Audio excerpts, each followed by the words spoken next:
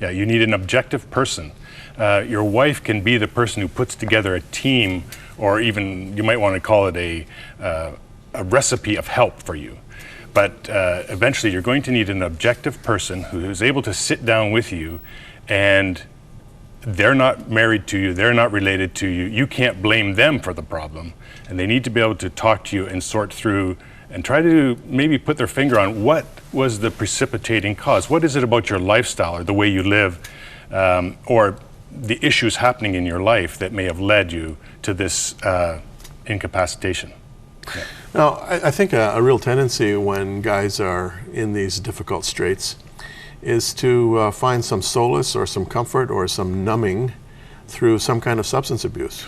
Oh yeah, I said that many times. It's a good thing I don't drink, because if it helps at all, a depressed person will do more of it. Yeah. The problem is with alcohol and other forms of substance abuse, it actually then makes you feel good for a while, but then it accelerates more. It leaves you, when you come out of it, leaves you more depressed. So you try it again and again and again, and it just spirals you down faster than you were going. But people will do it because the pain of depression, clinical depression, is so severe in a person that they will try just about anything to get out of it themselves. Including suicide? Yes, yeah. About 16% of all men who become depressed like I was end up taking their own life. And they are very ruthless about it. They use very harsh means and very irrevocable ways of taking their life. Guns, driving their car into an abutment. You referenced one guy who just drove down the wrong side of the 401. Right. People will try just about anything in order to relieve that pain. It's a bit like an animal who is trapped somehow and will sometimes chew its own limb off to get free. And that's a bit how human beings are, men especially, because they're not going to ask anybody. They've already decided they are a complete failure. And so sometimes the very first sign of depression in a man is his own suicide. In your case, Scott, do you think overwork played a role? Like, were you physically exhausted? Yes. For me, that is, as I got counseling, that's what I began to realize.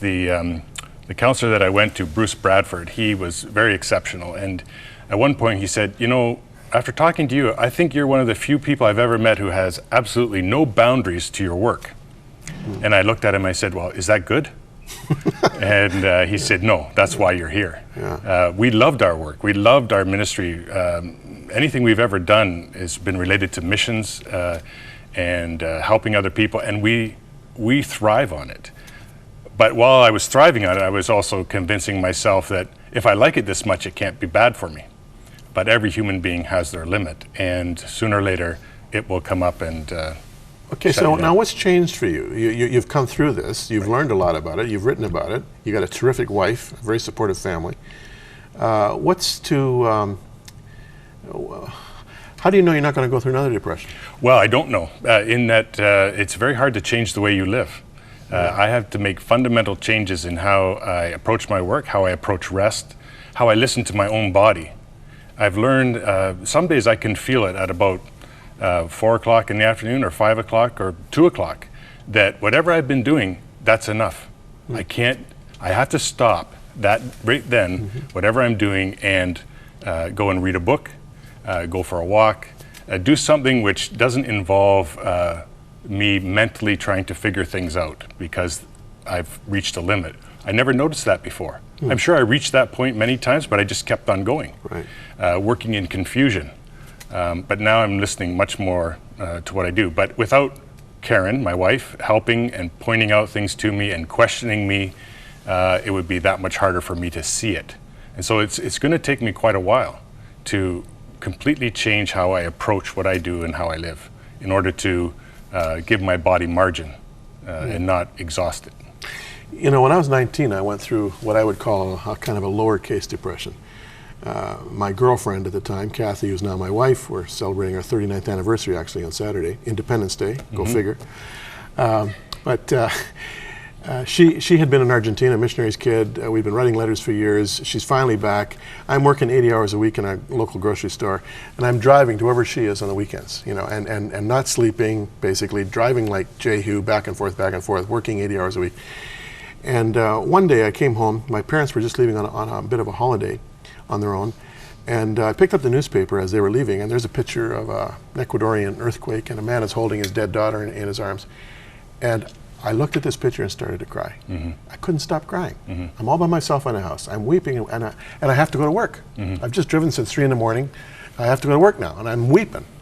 I tried to pray. Pray's bouncing off the ceiling. My mind was clear, but my emotions were totally out of control.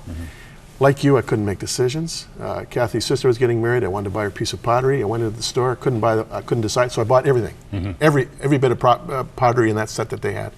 I was totally out of control. Finally, the head cashier at the grocery store said to me, "You know what, Jim, your problem is you got to forget that girlfriend for a while. And you got to eat and sleep. Do nothing but eat and sleep." 2 weeks. This was the head cashier's advice to me. Well, I was so desperate, I thought, well, you know what, I'm going to do that. And that solved it for me. Right. I don't know if that qualifies as a depression, but I certainly have great empathy for those who are depressed, because I think it was at least a little insight into what it's like. To live that way all of the time has got to be a horror. Yes, and I have seen it from afar before it happened to me. I've seen people suffering over a long period of time, and I used to look at it and say, I don't know what that is, but it must be a terrible thing. But I couldn't feel for them. I couldn't understand it really.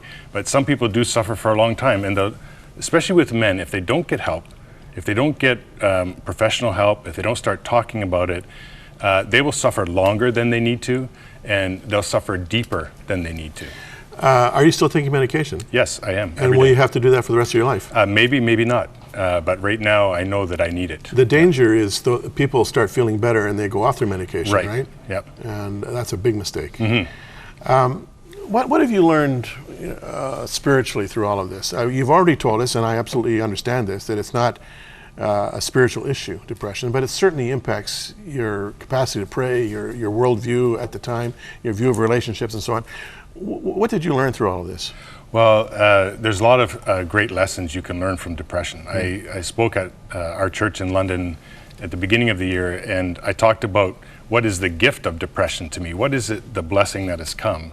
One of them is that it takes you through a time where your intimacy with God is the only thing you have, where you are holding on to the things you know are absolutely true. God loves you.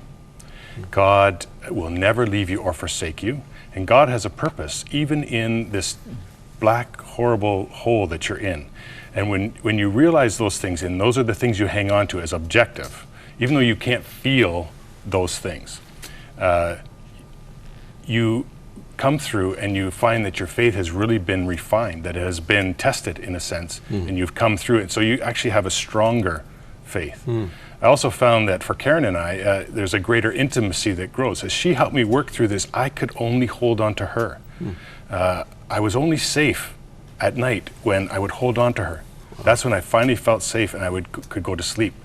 And she took away my phone, she took away email, she tried to protect me from all the little things I wanted to try to fix, all the people I wanted to help. And she removed that from me. And so that sense of intimacy for us grew. So women, save your husbands, because depression can be deadly. That's the message that Scott Forbes brings, and it's certainly a good message.